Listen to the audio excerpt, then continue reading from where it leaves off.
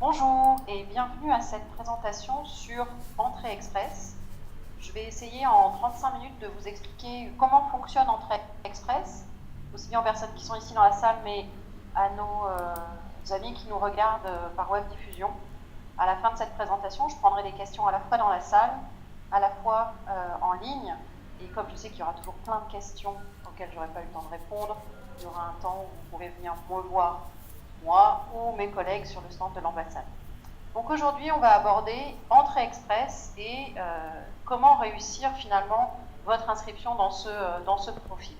Donc cette présentation va vraiment vous présenter à la fois le processus, mais également les programmes qui sont liés au mécanisme Entrée Express. On va parler du système de classement global, comment est-ce qu'on arrive dans le bassin Entrée Express, comment ça fonctionne, et on finira donc par vos questions. Donc la première étape, c'est qu'est-ce que c'est Entrée Express? Alors Entrée Express, c'est un système qui a été mis en place il y a maintenant quelques années. C'est un système qui voulait moderniser la sélection canadienne des immigrants. C'est un système qui est complètement en ligne, sur lequel vous avez du contrôle, sur lequel vous pouvez savoir ce qui se passe. Donc la création d'un profil Entrée Express est complètement gratuite. À partir du moment où vous êtes admis dans le bassin Entrée Express, vous y êtes pour 12 mois. À l'issue de ces 12 mois, vous pouvez vous réinscrire et réactiver votre profil Entrée Express. Les candidats qui obtiennent le plus de points grâce au système de classement global vont pouvoir être sélectionnés en tant qu'immigrants, recevoir une lettre pour présenter une demande d'immigration, et le gouvernement canadien s'engage, pour les personnes qui reçoivent cette lettre, à traiter 80% des demandes en 6 mois. Donc les facteurs de réussite. L'immigration au Canada est basée sur des facteurs de réussite. L'histoire du Canada, c'est basé sur l'immigration. Et on a acquis de l'expérience en termes de choix d'accueil des immigrants et la compréhension d'une bonne intégration économique. Donc, pour pouvoir s'intégrer avec succès dans l'économie canadienne, il faut avoir une bonne maîtrise des langues officielles. On ne peut pas travailler efficacement si on ne maîtrise pas une ou les deux langues officielles. Il faut aussi avoir une qualification professionnelle, une qualification académique qui sanctionne un diplôme, un cursus, quelque chose d'un peu théorique, et il faut aussi justifier une expérience dans un emploi qualifié. Je vous expliquerai un petit peu plus tard les métiers, les ensembles de métiers qui sont reconnus aux fins de l'immigration. Et puis, il y a des facteurs d'adaptabilité qui sont très variables. Ça peut être le fait d'avoir étudié au Canada, d'avoir la famille au Canada, d'avoir une offre d'emploi au Canada, de maîtriser très bien les deux langues. Donc, il y a toute une série de facteurs qui vous permettent d'avoir des points additionnels. Entrée Express, c'est un mécanisme qui se déroule en 3 grandes étapes. Pour faire simple, il y a une étape, c'est vous qui travaillez, c'est vous qui allez vous préparer, c'est vous qui allez accumuler les informations, les documents nécessaires pour créer votre profil Entrée Express. Il y a une deuxième étape où vous vous inscrivez effectivement dans le système Entrée Express, vous déposez votre candidature, vous faites acte de candidature auprès du gouvernement canadien et vous êtes admis dans le bassin Entrée Express. Là, ni vous ni moi, nous maîtrisons ce calendrier. Ça va dépendre du mode de sélection choisi par le gouvernement. J'y reviendrai un petit peu plus tard. Et puis, il y a la dernière étape, celle où vraiment votre demande d'immigration est en cours et elle finit par aboutir à la résidence permanente. Avant de créer son profil, c'est la première étape. C'est l'étape où c'est vous qui allez travailler et vous avez 4 grands sujets par lesquels vous passiez. La première chose, c'est déterminer son éligibilité dans un des programmes. C'est connaître les programmes, je les présente un petit peu plus tard, et voir si vous rencontrez les exigences de ces programmes. La deuxième chose, c'est obtenir des évaluations de vos compétences linguistiques. Concrètement, c'est passer des tests de langue en français et ou en anglais. J'insiste que pour les Français qui parlent français, qui ont toujours vécu en France, il faut quand même passer le test. Si vous avez un niveau d'anglais que vous jugez même moyen, je vous encourage quand même à passer le test parce que ça vous donne déjà une idée de votre niveau, ça peut convaincre un employeur, ça peut aussi vous révéler que vous avez encore des progrès à faire. Donc c'est quand même intéressant pour les francophones d'aller passer le deuxième test en anglais. Vous allez devoir obtenir des évaluations de diplôme. C'est le gouvernement canadien qui a nommé 7 organismes pour faire ces évaluations de diplôme et voir à quoi correspondent les diplômes étrangers par rapport au système canadien. Et puis, vous allez devoir vous préparer financièrement. Je vais rentrer plus en détail dans ces 4 premières opérations un petit peu plus tard. Entrée Express, donc, il y a 4 programmes. Entrée Express, c'est une grosse machine, et à l'intérieur, on a créé 4 programmes en fonction des profils des immigrants par rapport à ce que l'expérience nous avait démontré. Donc, la catégorie des travailleurs qualifiés, c'est les personnes qui ont au moins une année d'expérience acquise à l'étranger, à l'extérieur du Canada.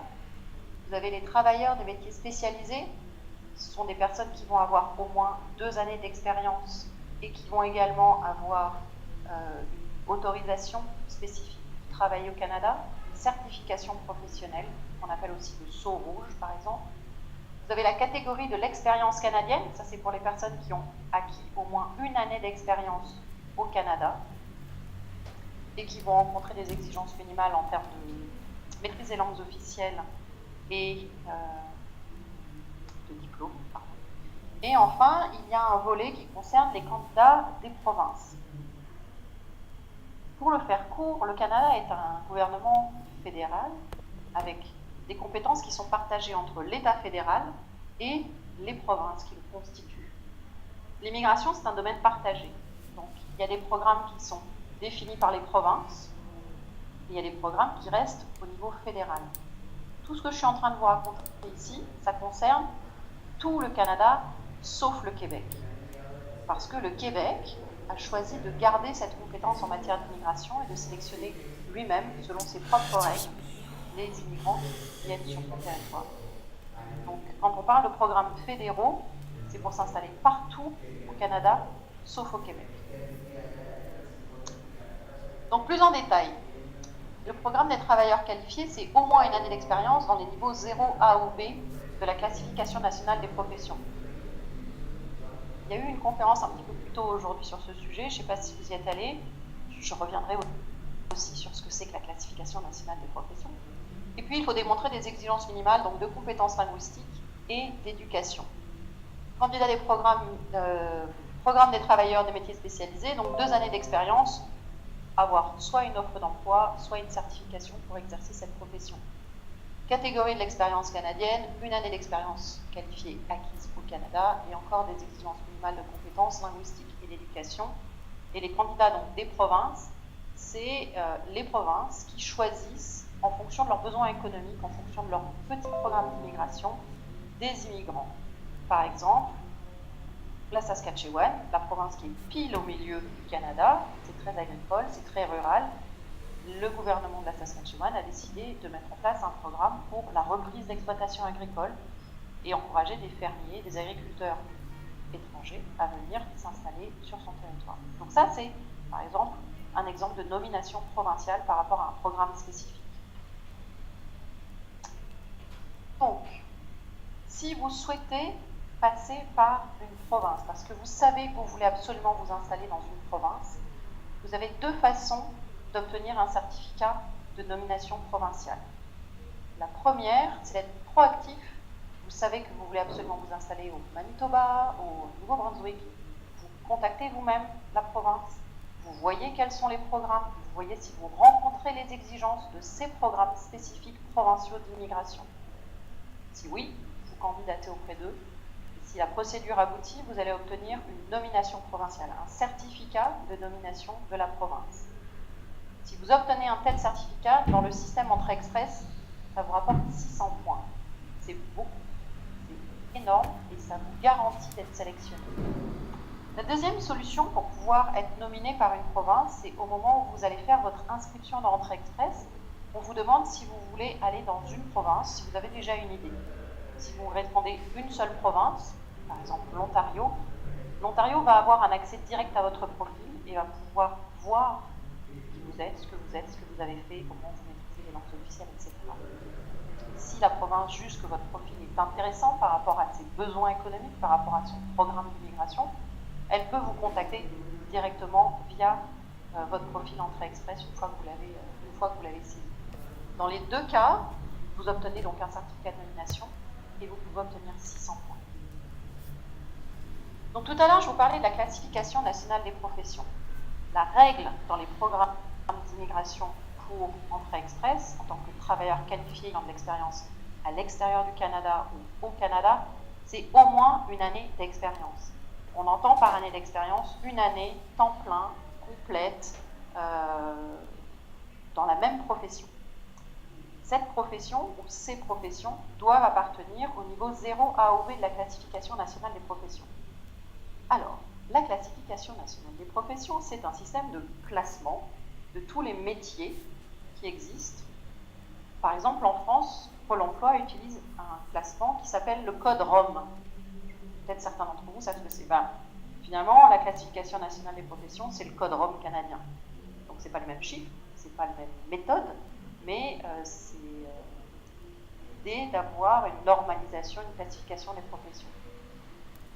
Donc, cette classification, c'est une grille avec des colonnes et des lignes, et en fonction des domaines économiques, par exemple la médecine, l'enseignement, les services, etc., et en fonction du niveau de compétences et d'expertise que vous avez, vous allez avoir les métiers qui sont répartis comme ça. Donc, par exemple, tout ce qui va être les fonctions de management, de direction, d'encadrement, ça va être les fonctions 0.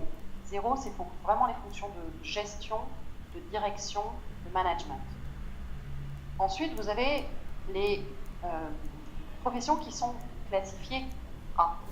Dans ce domaine, on va avoir, dans cet ensemble, on va plutôt avoir des professions pour lesquelles il faut un certain bagage académique, généralement l'équivalent d'un baccalauréat français plus 3, donc un niveau post-secondaire plus 3, qui correspond plutôt à une licence, quelque chose comme ça, et aussi une certaine technicité. C'est-à-dire que vous allez retrouver des postes d'ingénieurs, d'infirmières, de médecins, des concepteurs graphiques, des gens qui vont avoir des responsabilités assez importantes. Dans le niveau B, on va trouver des gens qui sont aussi qualifiés, mais qui vont avoir des métiers qui sont plus professionnels peut-être, des métiers où leurs mains vont rentrer en action, des métiers de l'artisanat, les métiers de bouche.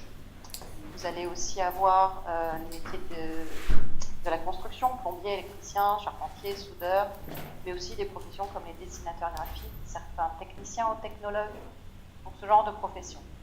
Toutes ces professions-là, vous pouvez les retrouver dans la classification nationale des professions et vous pouvez trouver les codes qui correspondent à vos expériences professionnelles. Et ça va être indispensable pour pouvoir créer votre profil Entrée Express. Les niveaux C et D, semi et peu qualifiés, si vous avez de l'expérience dans ces professions-là, ils ne sont pas admissibles aux fins de l'immigration. Donc il faut vraiment que votre expérience se regroupe sur les niveaux 0 A ou B de la classification nationale des professions. Donc, je vous parlais tout à l'heure des tests de langue. Une fois que vous avez votre code ou les codes qui correspondent aux emplois que vous avez exercés pendant au moins une année, plein temps, vous devez vous préparer à passer les tests de langue. Donc, il y a maintenant 2 tests de français qui sont reconnus aux fins de l'immigration au Canada, le TEF et le TCF. TCF, c'est tout nouveau, c'est sorti la semaine dernière, donc c'est une primeur presque. Ces tests sont donc, les organismes qui font passer ces tests ont été accrédités par le gouvernement canadien. Ils sont libres de vous facturer des frais pour ça. Donc vous allez vous inscrire dans un centre, passer les tests. Il faut passer toutes les épreuves des tests. Donc les 2 épreuves écrites et les 2 épreuves orales. Compréhension écrite, compréhension orale, expression écrite, expression orale. On vous encourage toujours à passer les tests au moins 1 dans la meilleure des 2 langues officielles. Je vais prendre un exemple. Vous êtes francophone, mais vous rêvez de vous installer en Alberta, qui est une province majoritairement anglophone. Vous pouvez très bien choisir de ne passer que le test de français, même si vous voulez aller vous installer en Alberta. C'est le test, normalement, qui va vous rapporter le plus de points. Maintenant, c'est sûr que si vous ne parlez pas du tout l'anglais, ça va quand même être très compliqué une fois sur place. Ça, c'est un autre problème. Donc, c'est un ou l'autre des 2 tests, celui dans lequel vous êtes le plus à l'aise, vous avez le meilleur niveau. Si vous avez un bon niveau dans le 2e dans la deuxième langue officielle, n'hésitez pas à passer le test. Parce que, comme j'ai dit tout à l'heure, ça va vous rapporter des points, et puis ça va vous permettre aussi de voir professionnellement si vous allez vous en sortir. Si vous n'avez pas un bon niveau, ça risque d'être compliqué sur place pour trouver du travail. Les deux tests en anglais. Le seul test qui est finalement disponible hors du Canada, c'est le test IELTS, General Training. Il est dispensé par le British Council. Les trois premiers ici, donc le TEF, le TCF et l'IELTS, sont représentés sur Destination Canada. Si vous avez des questions, je préfère vous orienter directement sur eux. Sinon, vous pouvez les contacter aussi par mail. Ils ont des tutos en ligne pour vous familiariser aussi avec leurs examens. Le dernier test, qui s'appelle le CELPIP, est un test qui est uniquement délivré au Canada. Donc pour la majeure partie d'entre vous, ce n'est pas forcément le test que vous irez passer. Je vous ai aussi parlé tout à l'heure de l'évaluation des diplômes. L'évaluation des diplômes étrangers, c'est devenu une nécessité parce que les agents d'immigration, les gens comme moi, ne sont pas capables de connaître les systèmes éducatifs de 192 pays sur Terre et d'en faire la correspondance avec le système canadien. Donc il y a 7 organismes qui ont été désignés par le gouvernement canadien pour faire ces évaluations de diplômes. 2 sont réservés aux professions médicales et paramédicales. Concrètement, qu'est-ce que c'est et comment ça se passe? Alors vous allez envoyer vos diplômes pour les faire évaluer. Envoyez le meilleur diplôme. Ça a un coût, ces évaluations. Donc, faites efficace. Envoyez votre meilleur diplôme. Vous envoyez donc ce diplôme, vous remplissez les formulaires, etc., de l'organisme que vous avez choisi pour faire l'évaluation, et ils vont vous envoyer une attestation qui vous servira à créer votre profil Entrée Express. Pour les tests de langue, les résultats que vous obtenez sont valables 2 ans. Pour les évaluations de diplôme, la durée de validité des attestations est de 5 ans. Parce qu'une fois qu'on a un diplôme, ça ne change pas, alors qu'un niveau de langue, ça peut évoluer en bien ou des fois un peu en mal. Sur les évaluations de diplôme, j'attire votre attention sur le fait que ce n'est pas une autorisation à exercer une profession. Et ce n'est pas non plus une équivalence entre un diplôme étranger et un diplôme canadien. Alors, première chose, ce n'est pas une autorisation à exercer. Je vais prendre l'exemple, par exemple, des ingénieurs civils ou des infirmières. Ce sont des professions qui sont réglementées par des ordres professionnels provinciaux. Ce n'est pas parce que vous obtenez ce document que vous allez automatiquement pouvoir exercer en tant qu'infirmière ou ingénieur civil. Il vous faudra l'autorisation de l'organisme provincial, de l'ordre professionnel provincial qui régit cette profession. Ça, c'est la première chose. La deuxième chose, c'est que ce n'est pas une équivalence. Ce n'est pas parce que vous avez obtenu un diplôme qui va nécessiter 3 ans d'études après le baccalauréat français que ça correspond forcément à une licence, que ça correspond forcément à un bachelor degree au Canada. Donc c'est vraiment une procédure qui est spécifique à l'immigration, qui peut vous servir auprès d'un employeur pour lui expliquer ce que vous avez fait à l'étranger, mais ce n'est pas une reconnaissance de diplôme d'équivalence. Je vous ai aussi parlé tout à l'heure de préparation financière. Donc, quand vous allez arriver au Canada, vous n'allez peut-être pas travailler tout de suite. Par contre, vous allez avoir des frais. Il va falloir trouver une maison, il va falloir trouver peut-être une voiture. Si c'est l'hiver, il va falloir acheter des bottes. Ne prenez pas les vôtres, ça ne sert à rien, il faut en acheter sur place. Donc, il y a des frais qui sont obligatoires dans les premiers mois. C'est comme une charge obligatoire. Donc, pour vous préparer et vous prémunir que vous ne soyez pas sans ressources, avant d'émettre votre visa de résident permanent, on va vérifier que vous avez les fonds nécessaires pour pouvoir vivre et survivre en attendant d'être vraiment très correctement installé. Et ça va dépendre, le montant de cette somme va correspondre à votre situation personnelle et familiale. Si vous êtes tout seul à partir, un peu plus de 12 000 $, ce qui correspond à peu près à 8 000 €. Mais si vous avez un conjoint, des enfants, forcément, les besoins ne sont pas les mêmes. Donc, la somme va évoluer avec votre position familiale. Donc, pour 5 personnes, par exemple, on va vous demander presque 26 000 $ canadiens et 18 000 €. Ça, c'est une somme que vous devez avoir sur un compte en banque, transférable. Et on peut prendre ça juste avant de partir. Donc, petit récapitulatif sur la première partie de votre profil entrée express, là où c'est vous qui travaillez selon votre agenda, votre envie, si vous êtes pressé ou pas. C'est vraiment ces étapes-là qu'il faut absolument franchir, à la fois connaître le code de votre profession ou des professions qui vous qualifient dans un des programmes entrée express, savoir dans quel programme vous allez pouvoir vous qualifier. Si vous avez 2 ans d'expérience en France, 2 ans d'expérience au Canada, vous pourriez vous qualifier dans 2 programmes. Et si vous avez de l'expérience au Canada, ça sera un seul programme. Donc c'est vraiment important pour vous de savoir où vous vous placez. Il faut passer les tests de langue, 1 ou 2 tests selon votre situation. Si vous êtes en couple, votre conjoint peut aussi passer un test, celui toujours dans lequel il est le plus confortable. Et puis, il faut faire évaluer vos diplômes. Je vais juste revenir sur cette évaluation de diplôme et vous donner une petite anecdote, c'est une histoire vraie. J'ai un jour sur un salon quelqu'un qui est venu me voir en me disant voilà, moi j'ai un diplôme d'ingénieur, j'ai travaillé 2 ans comme ingénieur, puis ça m'a gonflé, vraiment ça ne m'intéressait pas du tout.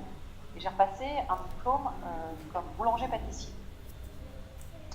Et moi, ce que je veux faire dans la vie, là, c'est plus du tout ingénieur, je veux être boulanger, puis je veux continuer ça au Canada. Qu'est-ce que je fais comme évaluation de diplôme? Est-ce que je prends mon diplôme de boulanger-pâtissier ou est-ce que je prends mon diplôme d'ingénieur? Forcément, on prend le diplôme d'ingénieur parce que même si on n'a plus du tout envie d'être ingénieur, au moins, on a fait l'effort de faire ce cursus-là, on a obtenu ce diplôme-là, et c'est celui qui m'a rapporté le plus de points. Donc même si vous avez de l'expérience dans certaines professions et que vous voulez complètement changer d'orientation une fois que vous êtes au Canada, il faut quand même qu'on se base sur ce que vous avez de mieux dans votre caisse à outils. Donc, vous donniez les meilleures informations sur vous et que votre profil corresponde finalement aux meilleures choses que vous savez faire. Donc, une fois que vous avez rassemblé ces éléments-là, vous allez pouvoir passer à la deuxième étape d'entrée express, qui est la création de votre profil entrée express.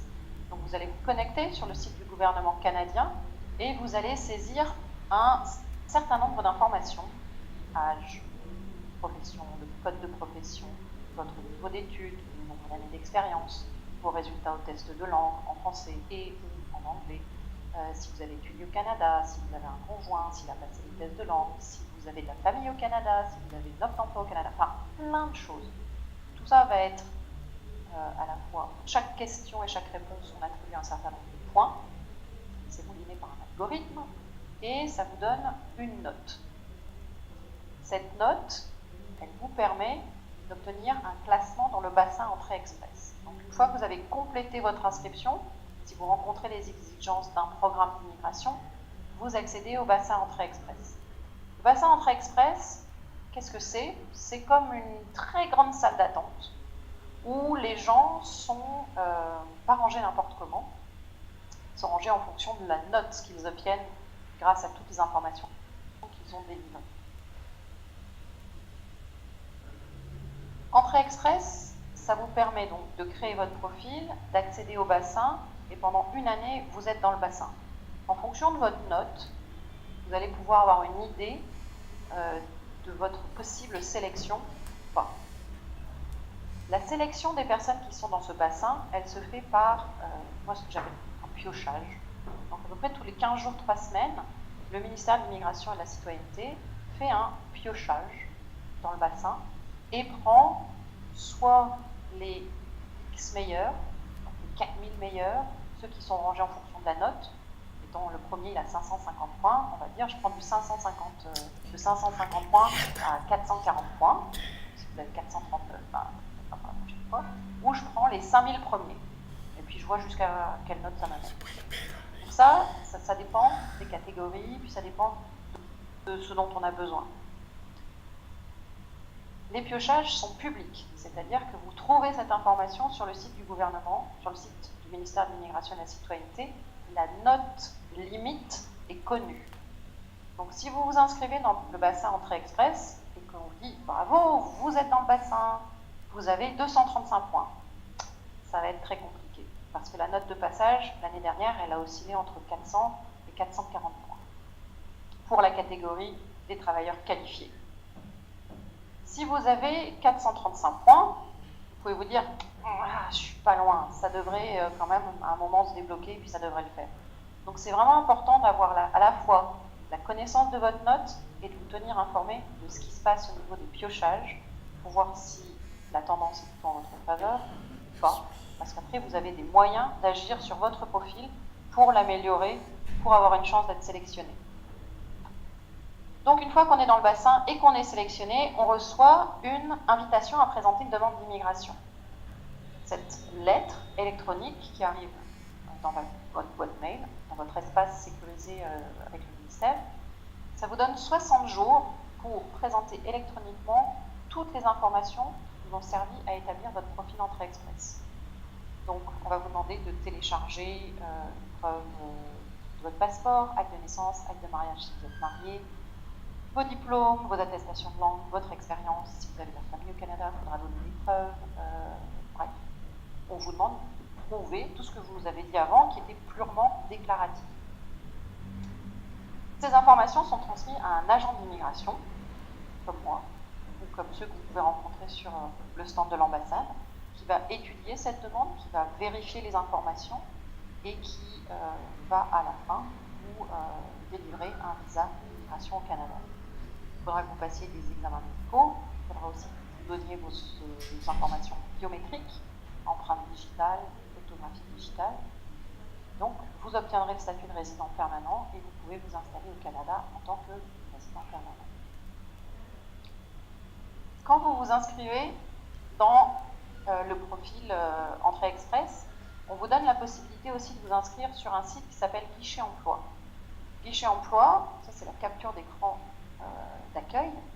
Guichet Emploi, c'est un site d'emploi au sens large. Donc vous avez à la fois des offres d'emploi, des employeurs canadiens qui recherchent de la main-d'œuvre, mais vous avez aussi énormément d'informations sur les réglementations de certaines professions, sur le coût de la vie, sur le salaire minimum, sur les réglementations qui légifèrent le travail dans les différentes provinces. Donc c'est une source d'information qui est vraiment très très utile pour des gens qui ne sont pas au Canada et qui découvrent finalement le monde du travail canadien. Il ne faut pas hésiter à aller vous inscrire et profiter de toutes les informations qui sont sur ce site.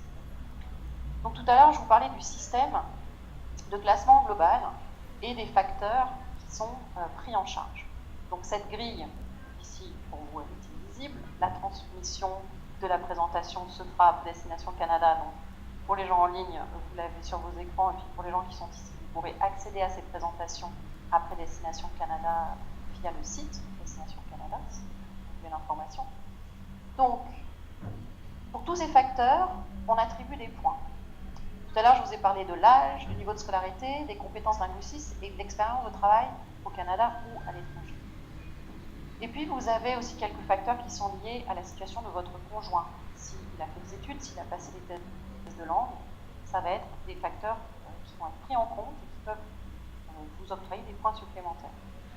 Il y a tout ce qu'on appelle les facteurs de transférabilité des compétences, où là, c'est un mix entre l'expérience, les compétences linguistiques, le diplôme. C'est comme un facteur d'accélération finalement de votre expérience et de ce que vous savez faire. Meilleur va être votre diplôme, plus vous maîtriserez les langues et plus vous aurez une longue expérience, plus vous aurez des facteurs sur ces critères. Et puis après, il y a tout un ensemble de points supplémentaires. Il y en a quelques-uns dont j'ai déjà parlé. La désignation par une province et un territoire, c'est 600 points. Les offres d'emploi, les études de postsecondaire au Canada, le fait d'avoir un frère ou une sœur ou une très bonne maîtrise d'une des langues officielles et de la seconde vont vous donner des points additionnels. Cette grille, elle est publique, elle est sur le site du ministère et vous pouvez faire une simulation avec l'outil qui est sur le site du ministère. Donc tout à l'heure, je vous disais, il se peut que vous vous rendiez compte que votre note que vous obtenez grâce au système de classement global d'Entrée Express soit trop juste. Vous êtes un peu loin par rapport aux notes qui ont été précédemment sélectionnées. Et là, il va falloir que vous améliorez votre profil Entrée Express et que vous trouviez des solutions pour pouvoir remonter jusqu'au niveau qui est généralement sélectionné. Donc moi j'ai plusieurs pistes que je vais vous expliquer aujourd'hui. Sachez aussi que c'est une réglementation qui évolue, donc il ne faut pas hésiter à aller sur le site pour se maintenir à jour et voir les dernières évolutions. Donc la première chose qui va être un excellent facteur pour améliorer votre profil, c'est d'avoir une offre d'emploi. Que vous soyez déjà au Canada avec une offre d'emploi ou que vous soyez à l'extérieur du Canada avec une offre d'emploi, le fait de trouver un employeur qui veut soit vous garder, soit vous recruter depuis l'étranger, ça va vous rapporter des points. Votre profil Entrée Express, il est modifiable à tout moment. Donc, votre situation, elle peut changer. Vous êtes déjà dans le bassin Entrée Express, et vous finissez un diplôme, vous repassez un test de langue, vous trouvez un employeur, vous êtes nominé par une province. Il faut mettre à jour votre profil. Et automatiquement, votre profil va être donc modifié. La note, qui est votre note, votre situation dans le bassin Entrée Express, va être aussi aménagée pour refléter vos changements et votre réalité. Donc, un permis de travail, ça vous permet d'obtenir des points supplémentaires pour pouvoir améliorer votre profil. Pareil pour les langues officielles. Si vous maîtrisez les deux langues officielles, français et anglais, passez les deux tests, parce que vous aurez des points pour les deux langues. Il ne faut pas se dire « ouais, mais je suis un peu moins bon en anglais, c'est pas si bon », c'est pas grave. On est moins exigeant sur la deuxième langue officielle, ça vous rapporte des points. Donc il ne faut vraiment pas hésiter à aller passer ces tests. Donc vous êtes essentiellement francophone, presque tous dans cette salle. Donc si vous maîtrisez très bien le français, donc si vous avez un niveau 7 qui correspond, c'est même pas le niveau maximum, 7, le niveau maximum c'est 9. Donc 7 c'est une maîtrise de quelqu'un qui va bien parler mais qui n'est pas locuteur natif en français. Donc si vous maîtrisez très bien une première langue, donc français ou anglais avec un niveau 7, et que vous avez 4 dans l'autre langue, 4 ça correspond à un niveau pas si fort que ça, enfin je dirais un niveau scolaire, fin de scolarité, ça va correspondre à un niveau 4. Vous allez obtenir 15 points additionnels si vous maîtrisez vraiment correctement la deuxième langue, avec un niveau 5, vous allez avoir 30 points additionnels. 30 points additionnels, c'est quand même pas rien. Franchement, ça change des profils. Et puis, il faut aussi que vous sachiez que le fait francophone est recherché à travers tout le Canada. On encourage, enfin vous êtes là pour ça aussi, on encourage le fait francophone à l'extérieur du Canada et le fait d'arriver... Le Canada, c'est un pays d'immigration, donc les gens qui arrivent, vous êtes déjà locuteur d'une langue officielle, mais les gens qui arrivent de Chine, d'Asie ou d'Amérique du Sud, leur langue maternelle, c'est ni le français ni l'anglais. Donc, les gens au Canada ont quand même une vraie empathie et une patience, je dirais, avec les gens qui arrivent avec un niveau de langue qui va être pas parfait, mais vont s'améliorer sur place. Donc, c'est quand même intéressant quand on a les deux langues, de choisir aussi une province qui est anglophone, parce qu'on vous pardonnera finalement votre niveau de langue un peu moins fort, vous aurez le français. Et ça, parler français dans une province qui est anglophone, c'est un vrai atout, parce que ça va vous ouvrir des portes. Donc, gardez ça un petit peu dans votre tête pour y réfléchir pour votre projet. Les frères et les sœurs, ça ne marche que pour les frères et les sœurs. Pas les oncles, pas les tantes, pas les cousins, pas les parents, etc. Frères et sœurs seulement. Il faut que cette personne soit un citoyen ou un résident permanent, qu'il ait plus de 18 ans et qu'il soit effectivement au Canada, pas en train de vivre ailleurs. Il faut que ça soit le même père ou la même mère que le candidat principal ou son conjoint. Et donc c'est une relation qui peut s'établir à la fois par la filiation, par l'union de fait, le mariage, l'adoption et la relation de sang, bien sûr. Donc, une fois que vous avez reçu une invitation à présenter une demande, c'est que vous êtes parmi les meilleurs candidats, ceux qui sont le mieux classés. N'oubliez pas que vous n'avez que 60 jours pour préparer tous les documents. Mais d'un autre côté, quand vous avez fait votre inscription dans Entrée Express, il y a déjà beaucoup de choses que vous avez avec vous. Les tests de langue, les évaluations de diplôme, un passeport, parce que tout le monde a ça, vos fiches de salaire pour justifier de votre emploi ou un contrat de travail, normalement vous les avez aussi, vos diplômes, vous les avez aussi. Donc il peut y avoir des documents comme par exemple des extraits de casier judiciaire qui prennent un petit peu plus de temps que les 60 jours. Ne panique pas. On envoie, au lieu d'avoir le document original qu'on doit télécharger, on fait une petite lettre en disant oui, j'ai fait ma demande de certificat de police pour les États-Unis auprès du FBI. Nous, on sait que ça prend du temps. Vous nous dites que vous l'envoyez quand vous l'avez. Pas de panique. On sait qu'il y a des documents qui sont plus longs à obtenir que les fameux 60 jours qu'on vous donne. Donc les agents vérifient tous ces documents. Et là, je vais mettre mon chapeau de méchante. Et je vais vous parler de fausses déclarations et de fraude.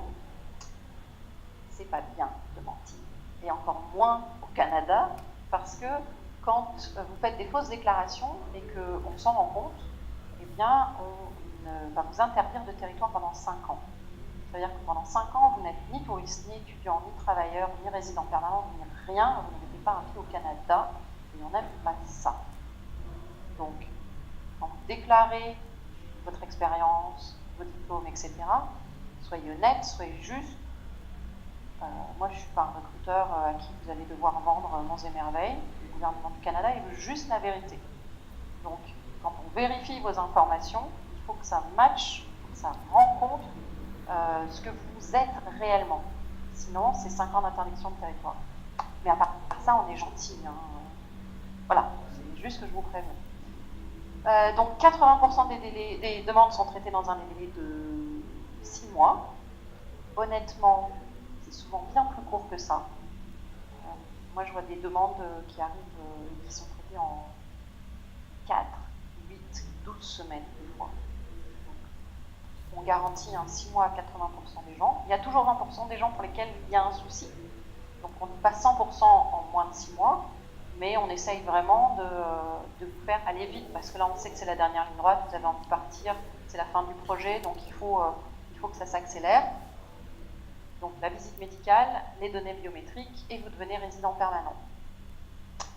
Donc voilà, j'ai à peu près fini. Il y a des petites choses que je ne vous ai pas dit sur... donc ça, c'est la récapitulation de tout ce que je vous ai expliqué, connaître son code de profession, les tests de français et d'anglais, les évaluations de diplômes, les fonds d'établissement et le guichet emploi pour les inscriptions et recevoir des offres d'emploi. Petite chose que je ne vous ai pas dite, par exemple, c'est qu'on accepte très volontiers les familles. On ne prend pas que des gens qui sont célibataires. Qu'est-ce que c'est qu'une famille? La relation va être donc un requérant principal qui va avoir un conjoint ou une conjointe. Cette relation, elle peut être soit des gens qui vont être mariés, et on accepte les mariages homosexuels, donc ça peut être un homme, une femme, 2 hommes, 2 femmes. Et ça peut être aussi une relation de conjoint de fait. Et parce qu'on est en France, j'attire votre attention sur le fait que le PACS n'est pas reconnu par le Canada. Les seuls conjoints de fait que le Canada reconnaît, ce sont les personnes qui vivent ensemble depuis au moins une année maritalement. Donc, vous pouvez avoir un PACS depuis 15 ans, mais ne pas vivre sous le même toit, vous ne serez pas considéré comme un couple pour le Canada. Et quand on intègre une famille dans le processus entrée express, c'est à la fois donc, le couple et les enfants. On ne sépare pas monsieur qui partirait tout seul et madame et les enfants qui attendent. Non, l'entité familiale est respectée, tout le monde part en même temps. Pour finir, je vais vous parler un peu d'argent, parce que Entrée Express est un mécanisme d'inscription gratuite. C'est-à-dire qu'à partir du moment où vous avez vos tests de langue et vos évaluations de diplôme, vous pouvez vous inscrire dans le système. Mais il va falloir que vous payiez ces tests et ces évaluations de diplôme. Une fois que vous êtes dans Entrée Express, le bassin, c'est gratuit. Vous pouvez vous réinscrire autant de fois que vous voulez. Le gouvernement canadien ne vous facturera rien. Par contre, à partir du moment où vous recevez une invitation à présenter une demande, là, on va vous demander des frais de traitement pour votre demande d'immigration. Donc, 550 $ par adulte et 550 $ par enfant. Donc, c'est quand même une somme qu'il faut prévoir. Et pour les 2 adultes, s'il y a un couple, on va aussi demander le paiement des frais de résidence permanente, qui sont de 495 $ canadiens par adulte.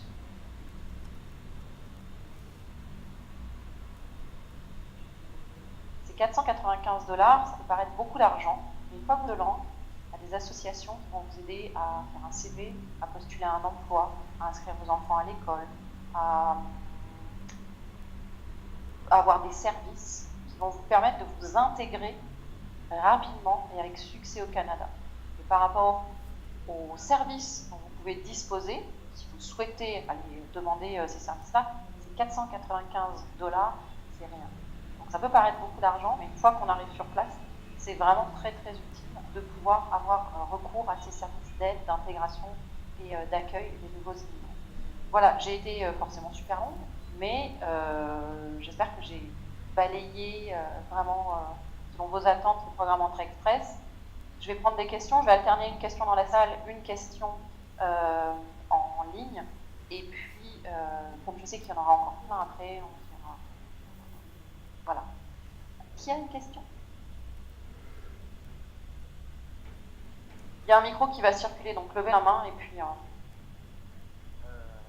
Juste une petite question concernant l'année d'expérience, 0A, B.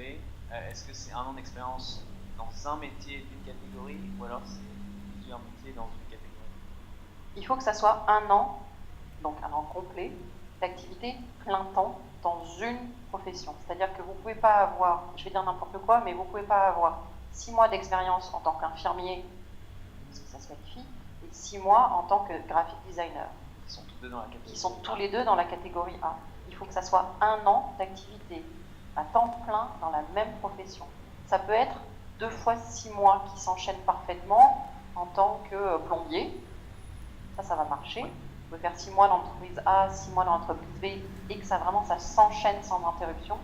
Mais sur 365 jours, on veut voir une activité. Bon, alors il y a des vacances, bon, il y a des maladies. On veut voir que vous êtes rémunéré, vous êtes salarié d'une entreprise pendant 12 mois dans le même code NOC, de classification nationale des professions. D'accord. S'il y a une interruption de 3 mois... Ça marche pas, parce que du coup, ça ne fait pas un an. Ouais, les vacances. Oui, non, ça marche pas. Et pareil, en France, il y a beaucoup de gens qui font de l'alternance. L'alternance, au Canada, n'est pas considérée comme de l'expérience professionnelle, parce que c'est finalement du travail que vous faites dans le cadre de vos études. Donc l'alternance, ça marche dans certains cas qui sont très précis, etc. Donc je ne rentrerai pas dans le détail, mais méfiez-vous si vous avez acquis de l'expérience en alternance, ça ne marche pas forcément dans le cadre d'entrée express. Il y avait madame, puis madame. Ah oui, en ligne, pardon, j'ai dit en ligne. Qu'est-ce qu'on a en ligne? Une question. J'imagine. Je commence par la première. Si on n'a pas de diplôme, mais de l'expérience, est-ce qu'on peut postuler à Entrée Express?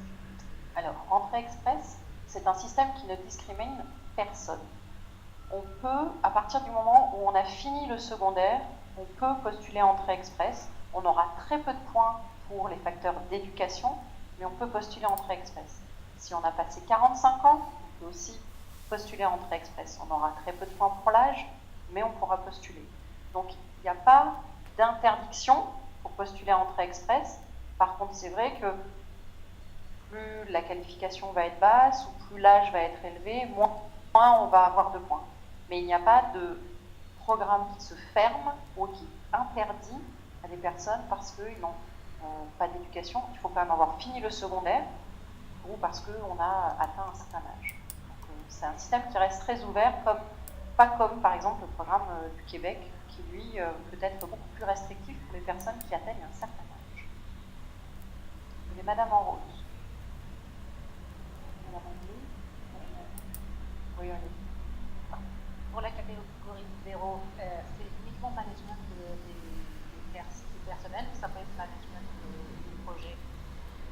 Alors, la catégorie 0, elle englobe finalement toutes les catégories, enfin tous les secteurs économiques. Donc, on peut être, par exemple, dans la haute fonction publique, on peut être directeur d'hôtel, on peut être directeur d'usine, on peut être... Enfin, il y a plein de choses qui font qu'on est dans cette catégorie-là.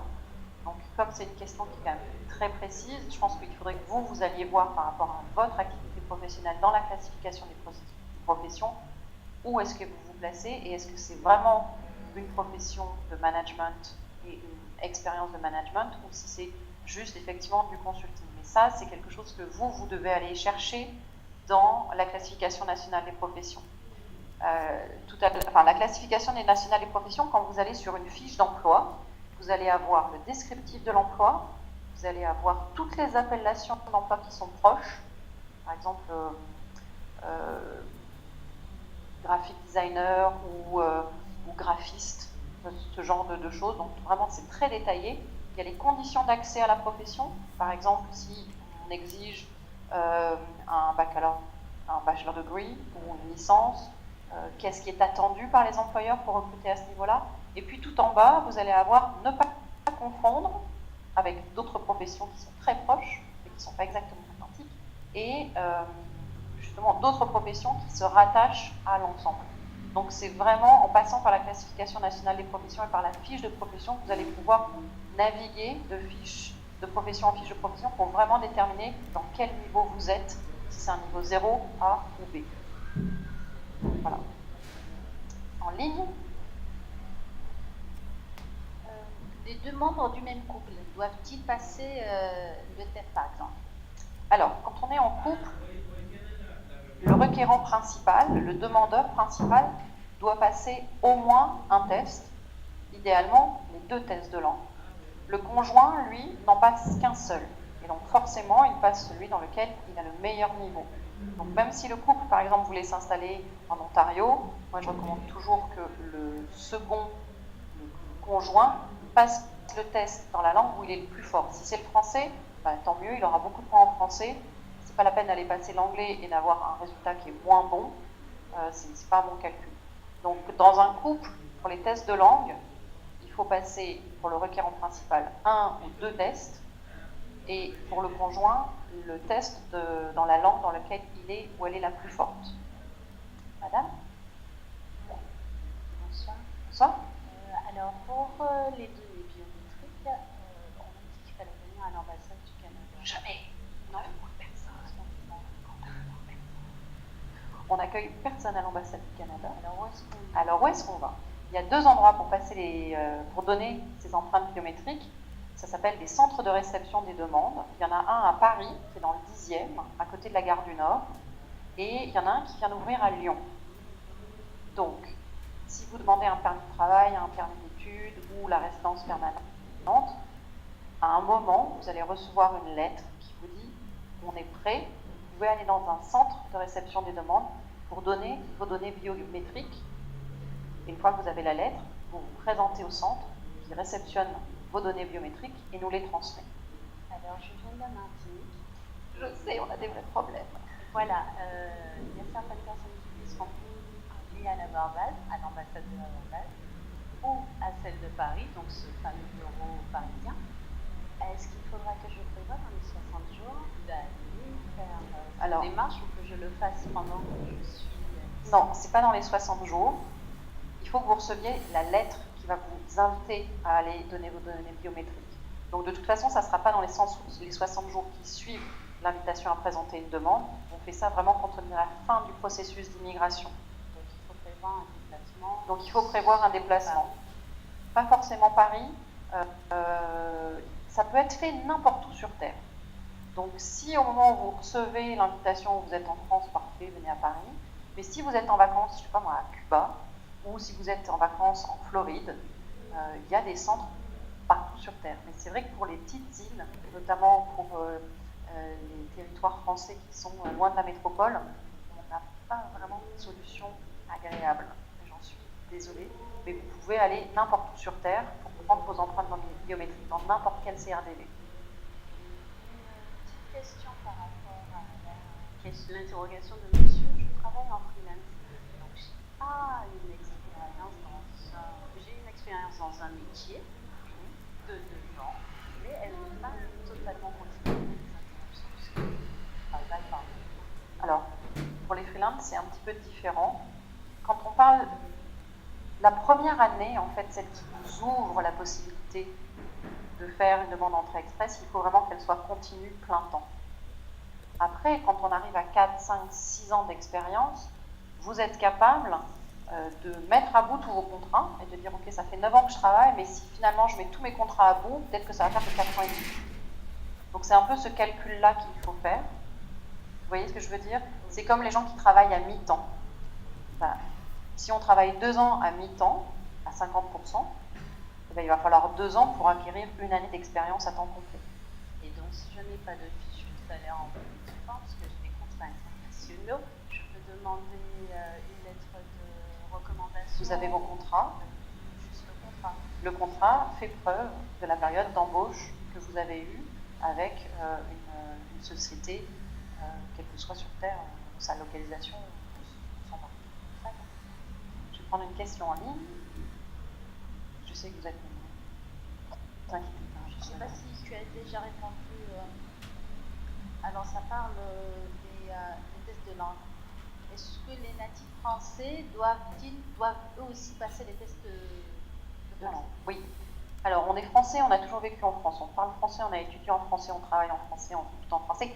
On passe le test parce qu'on va avoir des points. Donc, il faut aller passer le test en français. D'une part, c'est obligatoire. Et d'autre part, c'est plus rationnel et c'est plus efficace de passer le test dans la langue où on est le meilleur. Donc oui, les Français, les locuteurs natifs français vont passer le test de français, c'est obligatoire. Moi, je le conseille je conseille toujours aux gens de passer le truc qui va leur apporter le plus de points. Donc commencez par le français, puis après vous voyez pour l'anglais. Voilà. Il y avait madame, et après il y a madame, et il y a monsieur. J'ai reçu sur l'évaluation. Oui. Est-ce que dans certains cas, il y a besoin d'équivalence est-ce que c'est possible dans certains métiers demandé par l'employeur? Est-ce que c'est demandé par Alors, ce qu'on vous demande de faire pour Entrée Express, c'est une évaluation de vos diplômes. Ce n'est pas une reconnaissance d'équivalence. Il y a certaines professions pour lesquelles, par exemple infirmière, vous êtes infirmière en France, vous êtes instituteur en France, vous ne pourrez pas travailler directement au Canada. Il va falloir repasser pour les instituteurs des modules de pédagogie, pour les infirmières, certains tests, certains diplômes, enfin c'est une certification. Donc vraiment, l'évaluation du diplôme n'est valable que pour Entrée Express. Si vous voulez travailler après, il faut vous renseigner sur les exigences de la profession que vous exercez ici et que vous voulez exercer là-bas. Donc effectivement, il y a beaucoup d'ordres professionnels provinciaux qui régissent les professions. Quasiment dans toutes les professions de santé, quasiment dans toutes les professions du bâtiment, beaucoup pour les ingénieurs. Donc il y a vraiment besoin de prendre contact avec l'ordre professionnel qui va concerner votre domaine de compétences. J'attire votre attention qu'il peut y avoir des certifications nationales pour le Canada, ça s'appelle le sceau rouge, mais sinon, on passe par chaque entité provinciale. Donc si vous êtes infirmière, par exemple, il y a une équivalence, une reconnaissance de diplôme et de pratique entre la France et le Québec, et après, il n'y en a pas avec les autres provinces. Donc si vous voulez exercer au Canada en disant « je vais passer par Entrée Express, une fois que je serai au Canada, je vais voir où je m'installe et tout ».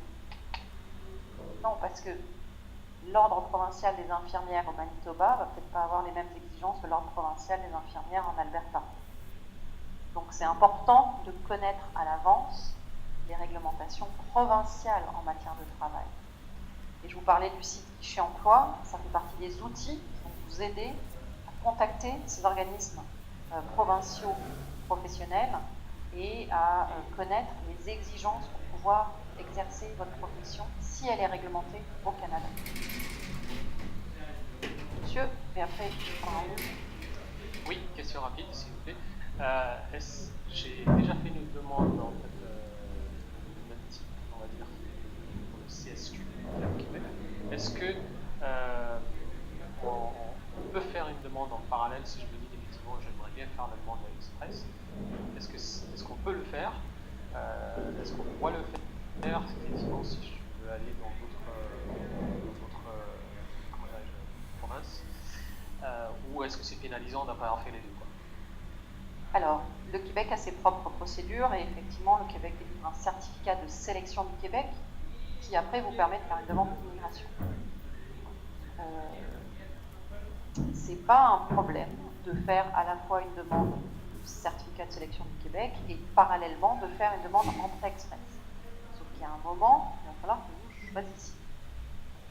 Avec un certificat de sélection du Québec, vous êtes attendu au Québec et vous êtes censé vous installer au Québec. Donc vous passez par entrée express, vous pouvez vous installer partout au Canada, sauf au Québec. Et si vous décidez, donc en arrivant, vous arriverez dans une province qui ne sera pas le Québec, vous allez vous établir en tant qu'immigrant dans une province qui n'est pas le Québec, parce que ça c'est... Vous voulez ensuite vous installer au Québec, là vous allez avoir un problème parce que vous ne serez pas détenteur du CSQ et vous allez avoir des petites arcanes administratives à traverser pour obtenir une carte de santé par exemple, pour inscrire un enfant à l'école, etc. Il peut y avoir des difficultés à être passé par le système Entrée Express pour aller au Québec, de même qu'il peut y avoir des difficultés en arrivant par le Québec pour ensuite aller au Canada. Cela dit, vous n'êtes pas enfermé dans la province dans laquelle vous vous établissez. Il y a une liberté de circulation dans toutes les provinces au Canada. Mais il faut juste savoir que normalement, si vous passez par le Québec, c'est que vous voulez aller au Québec. Si vous passez par Entrée Express, c'est que vous ne voulez pas aller au Québec. Mais vous pouvez tenter les deux en même temps, puis à un moment, suivant ce qui avance le mieux, suivant ce qui se passe, etc., vous pouvez choisir. C'est bon? Je vais prendre une question en ligne. Je ne vous oublie pas, madame, monsieur non plus. 2. Non, t'as pas de questions? Alors on va prendre des questions en ligne parce qu'après ça va couper. Quelle est la différence entre le TEF et le TCF? Il n'y en a aucune, ce sont 2 tests de français qui sont maintenant reconnus par le gouvernement du Canada pour passer les tests de langue. Le TCF c'est tout nouveau, ça date de jeudi dernier.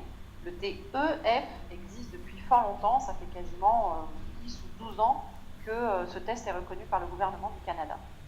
Voilà. Je prends la question de madame et après on va dire au revoir à nos amis en ligne.